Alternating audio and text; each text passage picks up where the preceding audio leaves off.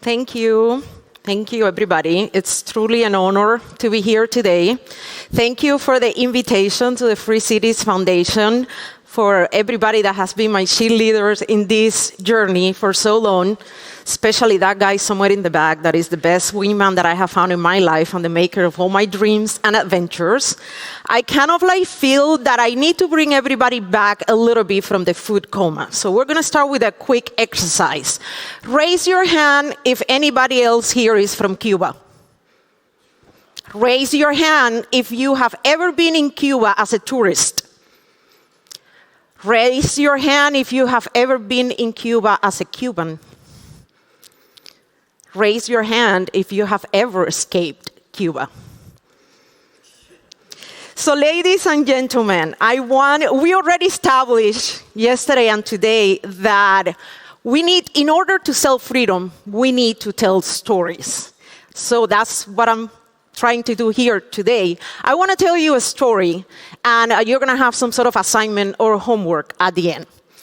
I want you to begin asking you to close your eyes if you feel inclined to, but try to imagine for a moment that you are walking in a very long hallway in an airport in Miami, Florida.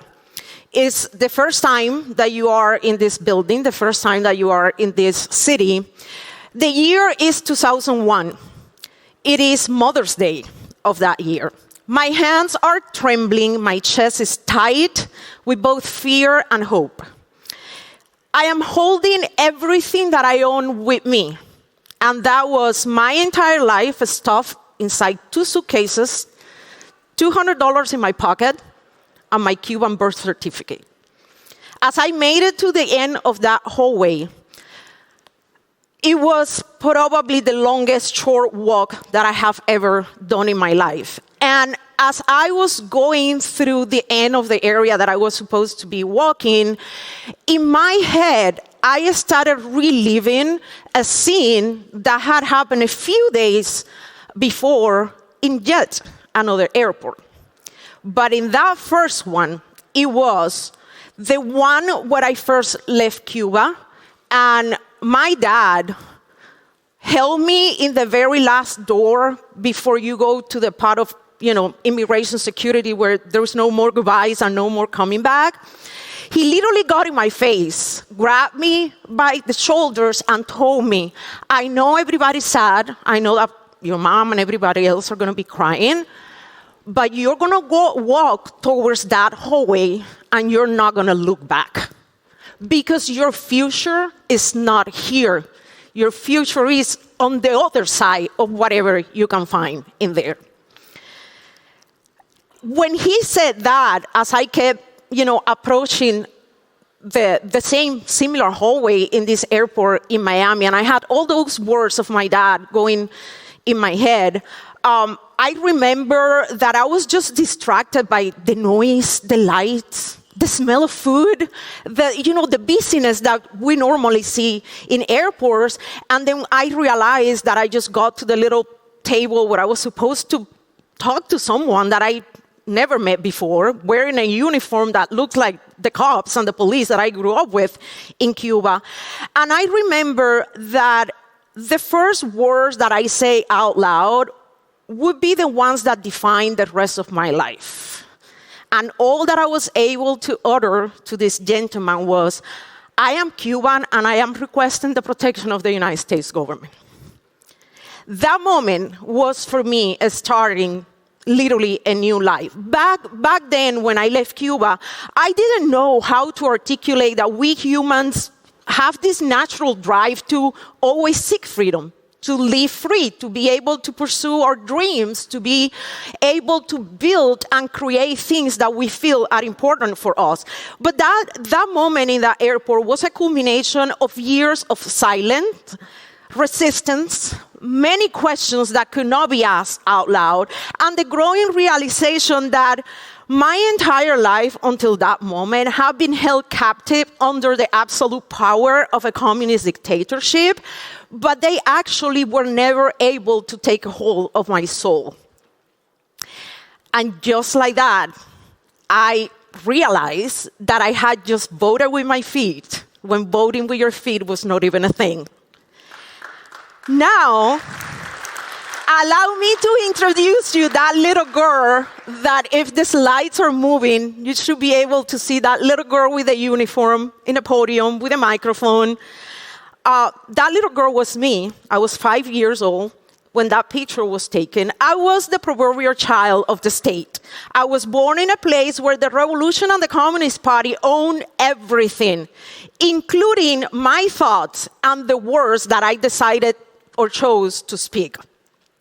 I was the proverbial child of the state, like I said before. From my very first day in school to all my entire educational journey while I was in Cuba, it was like that. It was the uniform with the symbols of the party, the revolution, and it was starting every morning chanting, Pioneros por el comunismo, seremos como el Che.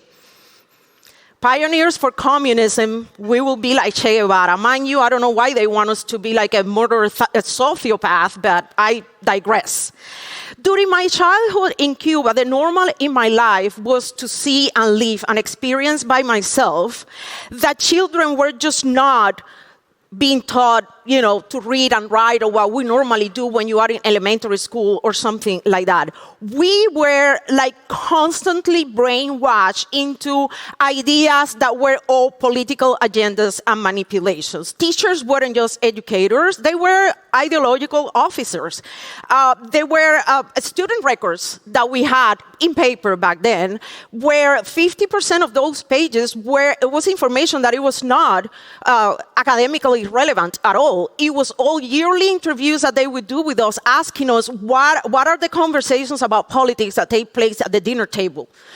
Do you have that uncle that left to the United States and is a traitor? Is your mom integrated to the women's revolution groups and all that kind of thing? So let me share with you some kind of like rapid fire facts of how is it to be a child of the state, completely brainwashed in a communist country like Cuba. I am the generation that in elementary school, 4th, 5th grade, we were bused out of a school during the school day to attend rallies against the people that had requested to leave to the United States. It was in parks, anywhere in the city. They would literally take us out of the classroom and go to those marches.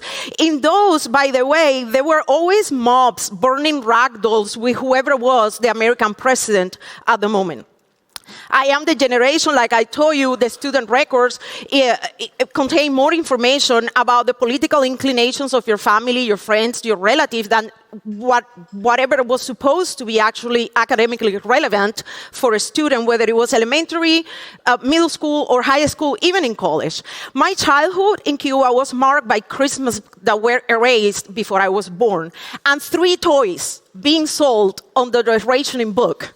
Not on Christmas Day, but on the day that they celebrated the anniversary of the revolution. With parents that had to stand in line, sleeping in line outside the stores for 2 or 3 days before in order to get some little thing that it would be your toy for the so-called Christmas. I am also the generation that grew up watching my grandmother hiding her Bible. She was a devoted Christian.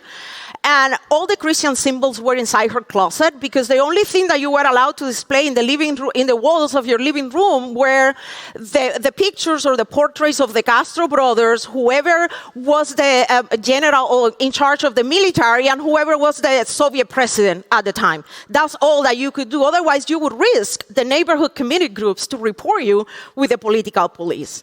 I am also the generation that grew up with 1 tube of toothpaste sold in the rationing book every 3 months for a family of 4.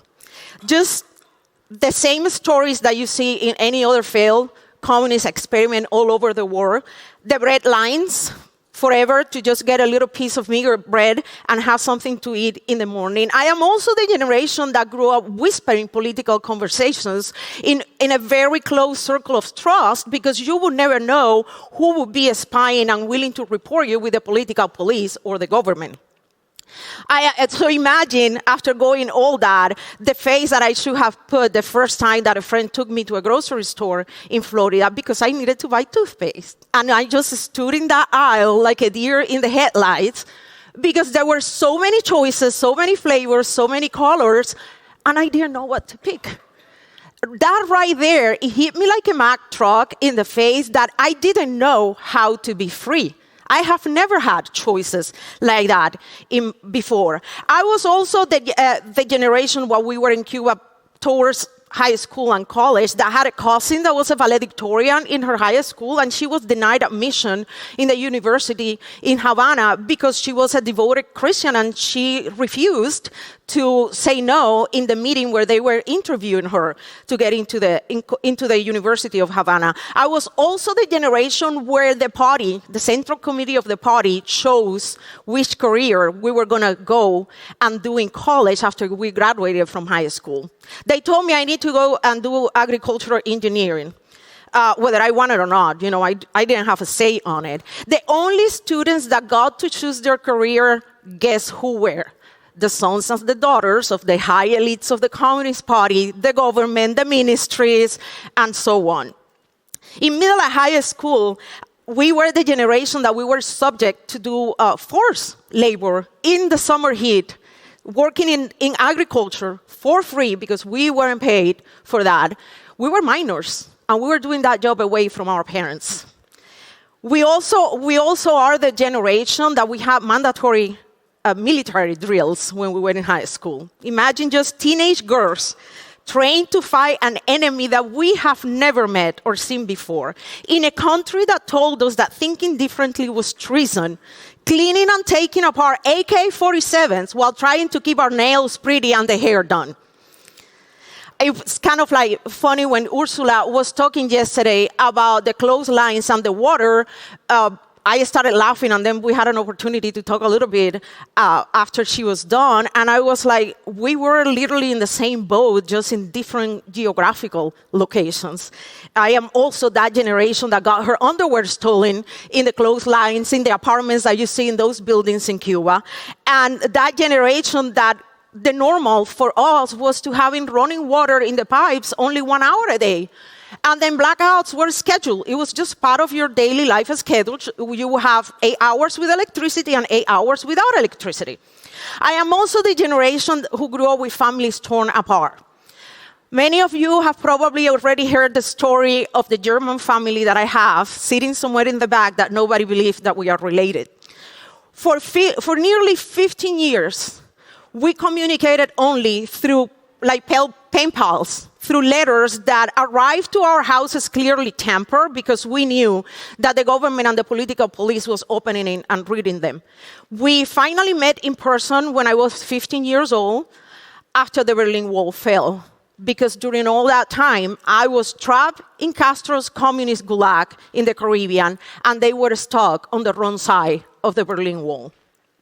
All these examples summarize the story of my first understanding on how tyranny starves potential in every single person and how it destroys human capital, even when it is little by little. For me, it wasn't like this big bang thing that opened my eyes and made me realize the entire lie that I have been brainwashed with in Cuba. It was more like 1,000 of small little cracks that led me to see how the entire indoctrination process of my life was just crumbling down in front of my eyes. By the time I entered law school in Havana, on my own volition, by the way, in a distant education program, I was already suffocating in the knowledge that the only thing the so-called revolution had achieved was the equal redistribution of oppression, misery, and despair. Needless to say, I spent almost 5 years in law school biting my tongue on a daily basis because I knew that if I would open my big mouth, I would be in trouble very quickly. The choice to flee came to me after this awakening journey when, as a young adult, I witnessed multiple incidents that took place in Havana, where I used to live in Cuba, and impact me in ways that even 25 years after, there's some times that I still find it very difficult to explain to somebody that is not familiar with how is it life under absolute government control. Back then, when I had that realization that I needed to leave, I didn't have a plan. I didn't know which country I was going to go. I didn't have any money. I didn't have any family living abroad, except my siblings in Berlin. The only thing that I knew is that If I stayed, it would have been like complete spiritual death for me with a very, very high chance of prison. And there was one day that coming home from school, it was my mom, the one that told me the phrase that was the proverbial cherry on the top. She said, finish your degree and get your diploma, but you need to find a way to get out of here.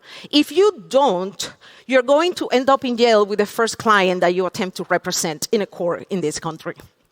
I have been taught all my life that the United States was evil, that capitalism was oppression, that socialism and the revolution were the only ones that could be my life, my Lord and Savior, and give me everything that I needed in my life. But deep inside me, again, I didn't know how to articulate it, but I knew that was wrong. I knew there was something bigger. I knew there was something better, that it was not what I was taught and told all my life.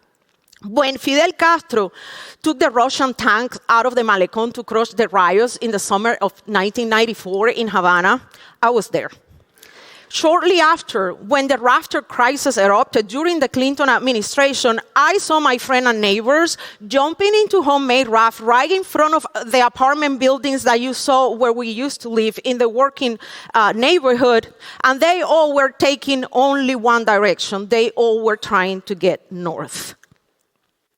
When the tugboat massacre happened in Cuba, it was a small tugboat that a family from a town called Guanabacoa tried to repair and leave. They were sunk under direct orders of Raúl Castro by the Cuban Coast Guard right in front of the terrace of the restaurant where I used to work. When that happened, the next day we have over 120 political police and state security coming to the restaurant, having a meeting with us and telling us that what we saw was not what really happened. That what happened is the story that they gave us printed in a paper like this.